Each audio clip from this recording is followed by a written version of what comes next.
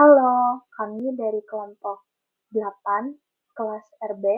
Hari ini kami akan menjelaskan tentang pengembangan pemrograman fungsi pada R dalam modul 6 praktikum komputasi statistik. Di sini kami terdiri dari 4 anggota, yaitu Berliana, Marleta, saya sendiri, Uliano, dan Sahid Maulana. Oke, di sini saya Marleta Cornelia Leander akan menjelaskan tentang cara mendefinisikan fungsi dan selanjutnya saya akan menjelaskan tentang fungsi rekursi. Nah, di sini terdapat dua, dua fungsi, yaitu mendefinisikan fungsi untuk luas lingkaran dan luas persegi panjang. Untuk luas lingkaran, di sini kita menggunakan rumus function, lalu argumennya ada dua, yaitu P dan R. Nah, lalu kita di sini memasukkan rumus dari luas lingkaran tersebut yang diinisialisasi dengan L sama dengan P dikali R kuadrat. Nah, di sini ada pemanggilan argumennya untuk dimasukkan ke dalam rumus. Lalu dibalikan atau di return dengan rumus L. Lalu resultnya kita membuat variabel result yaitu hasil dari luas lingkaran tersebut. Kita manggil fungsinya yaitu luas underscore lingkaran dan kita di sini memasukkan nilai dari argumen P dan R itu. Oleh karena itu kita di sini menginputkan 3,14 dan 9, di mana 3,14 adalah P dan R adalah 9. Lalu ada resultnya, yaitu 254,34. Selanjutnya, dengan konsep yang sama untuk luas persegi panjang, di sini terdapat dua argumen, yaitu P dan L. Namun di sini argumennya langsung diinputkan di dalam function tersebut. Yang dimana di sini inputan dari argumen sudah dideklarasikan langsung, sedangkan tadi di luas lingkaran tidak. Nah, lalu di return yaitu P kali L atau luas persegi panjang. Itu returnnya langsung mengembalikan dari rumus luas persegi panjang. Maka saat kita memanggil fungsinya luas persegi panjang yaitu hasil 270. Selanjutnya di sini saya akan menjelaskan tentang fungsi rekursi. Nah, fungsi rekursi ini menjelaskan tentang pemanggilan fungsi di dalam bagian fungsi itu sendiri dalam proses eksekusinya. Nah, di sini fungsi rekursinya yang kita buat contohnya adalah faktorial, di mana argumennya adalah n. Lalu jika nilai n-nya sama dengan 0, maka dia akan mengembalikan nilai 1. Nah, lalu selain dari itu, maka dia akan mengembalikan n dikali faktorial kali n min 1. Nah, di sini terdapat pemanggilan fungsinya itu sendiri di dalam blok fungsinya, yaitu faktorial. Sini dipanggil kembali lalu dikali n minus 1. Nah, di sini pada akhirnya dicetak dengan mencari faktorial dari 7. Berarti 7 kali 6 kali 5 kali 4 kali 3 kali 2 kali 1. Nah, dia akan mereturn 1 karena n-nya sudah sama dengan 0. Karena nanti n-nya di 1. Nah, di sini hasilnya adalah 5040. Baik, izinkan saya melanjutkan dari sini. Sebelumnya perkenalkan, nama saya Sahid Maulana dengan NIM 122450109. Pada bagian kali ini kita akan masuk ke Object Oriented Programming atau OOP pada R. Meskipun R bukanlah bahasa pemrograman yang dirancang khusus untuk menerapkan OOP atau Object Oriented Programming tadi, seperti halnya Python atau Java, tapi R tetap menyediakan beberapa cara untuk menerapkan OOP ini melalui beberapa sistem yang berbeda. Dalam hal ini, terdapat 3 sistem kelas pada R yang akan kita bahas. Yang pertama ada S3 atau S3, yang kedua ada S4 atau S4, dan yang terakhir atau yang ketiga ada R6 atau R6. Untuk penjabaran dan penjelasan lebih lanjut beserta contohnya, kita akan bahas di bagian selanjutnya. Baik, masih dengan saya di sini yang akan kembali melanjutkan tentang sistem kelas untuk OOP pada R yang pertama, yaitu sistem kelas S3. Jadi di bagian kiri saya, di situ ada sedikit penjelasan beberapa poin-poin ya teman-teman mengenai sistem kelas S3 ini. Maaf.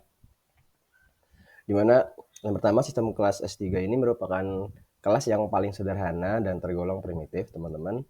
Tapi di sisi lain, meskipun paling sederhana dan primitif, kelas ini justru merupakan kelas yang paling populer dalam pemrograman R teman-teman. Terus untuk poin yang ketiga, sistem kelas ini dapat dibuat dengan menambahkan atribut kelas ke dalam suatu objek. Kemudian suatu list dengan atribut kelasnya diberikan suatu nama kelas adalah objek kelas S3. Mungkin kurang atau masih bingung ya teman-teman. Kita masuk ke contoh aja yang ada di sebelah kanan saya. Di sini ada contohnya teman-teman. Kita breakdown ya kodenya untuk di bagian yang pertama, di mana di situ kita buat MHS underscore itera. Oh ya, di sini kita misalkan ingin buat suatu kelas mahasiswa itera yang terdiri dari atribut nama dan juga umur teman-teman.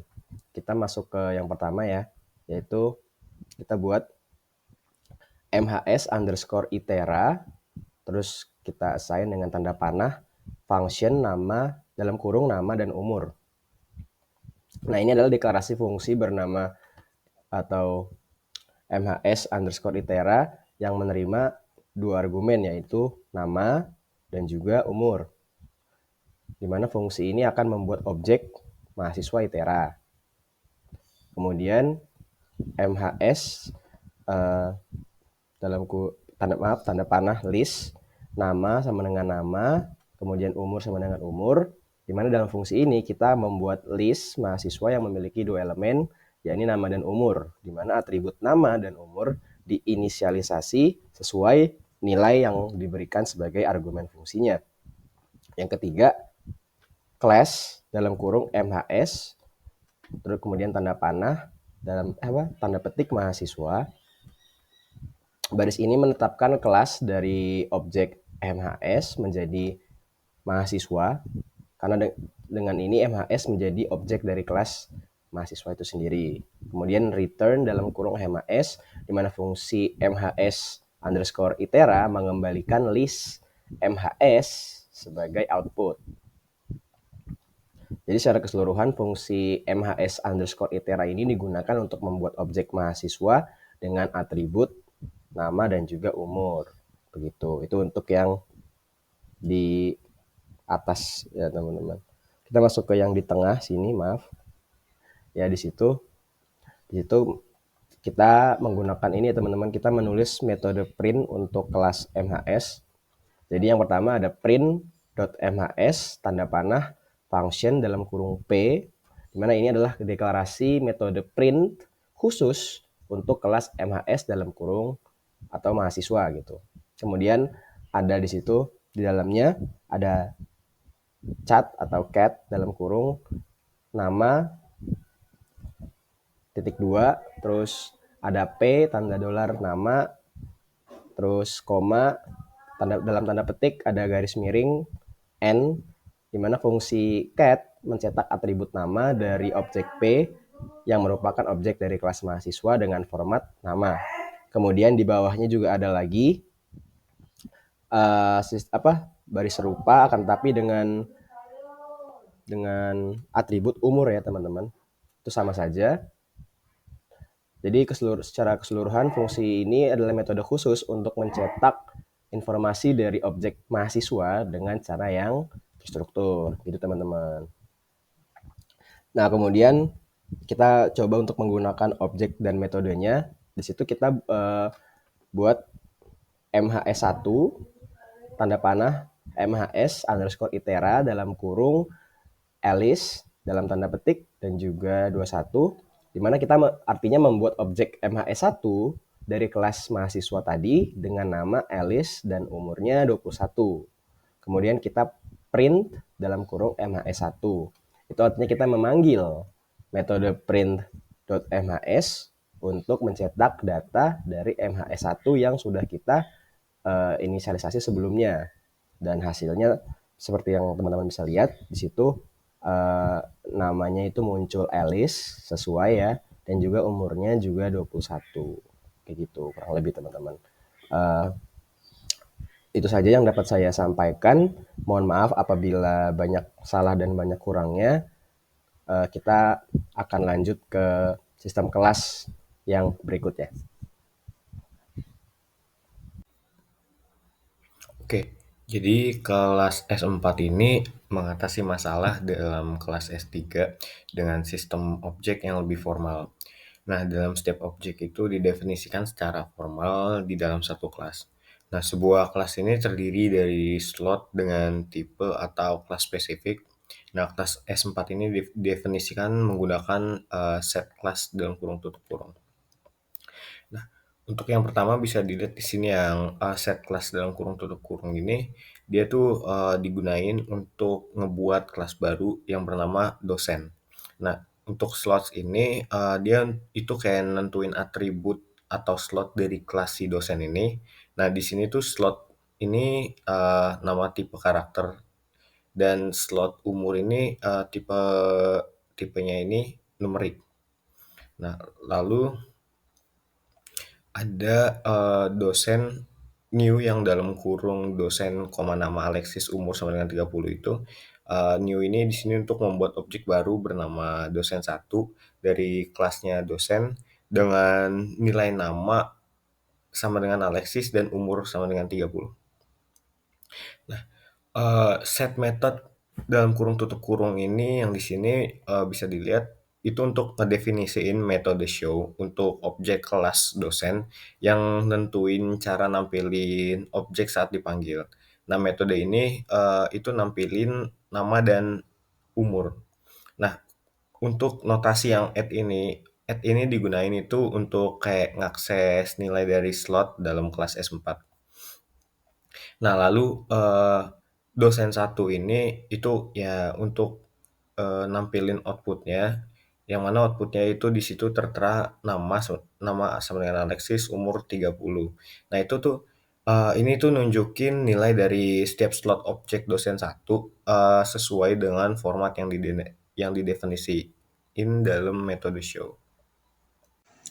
Baik, saya akan menjelaskan apa itu R6 pada R. R6 merupakan sistem OOP yang ada di R, di mana dia mendukung enkapsulasi dan pewarisan, dan metodenya itu menggunakan sintaks Python. Nah, ketika menggunakan R6 pada RStudio, maka kita dapat menggunakan R6 class. Nah, di sini saya mencontohkan bagaimana cara membuat R6 class di RStudio. Di mana pertama-tama itu kita melakukan install package R6 dan lalu memanggil library dari R6 itu sendiri. Nah, selanjutnya yang di sebelah kanan itu merupakan contoh R-nya. Itu dalam merupakan contoh kode-kode dari R-nya, di mana di sini kita mendefinisikan dulu kelas R6-nya. Di mana di sini tuh terdapat variabel yang namanya peserta, lalu kita mendefinisikan R6-nya dengan membuat R6 kelas seperti yang saya jelaskan di awal tadi. Nah, lalu kita buat isi apa aja yang ada di R6 ini. Dimana di sini saya membuat name, age, dan juga memasukkan keterangan berapa namanya, umurnya. Nah, di sini tuh saya memasukkan namanya yaitu Alice dan umurnya itu 27. Di umurnya yaitu 72.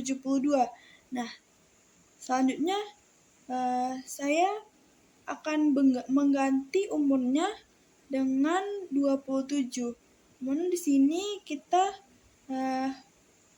dapat mengubah atributnya dengan mengganti umurnya menjadi 27. Lalu setelah itu outputnya dapat terlihat di sebelah kiri bahwa terdapat namanya yang di awalnya itu tetap Alice dan umurnya 72 dan di bawahnya menjadi 27.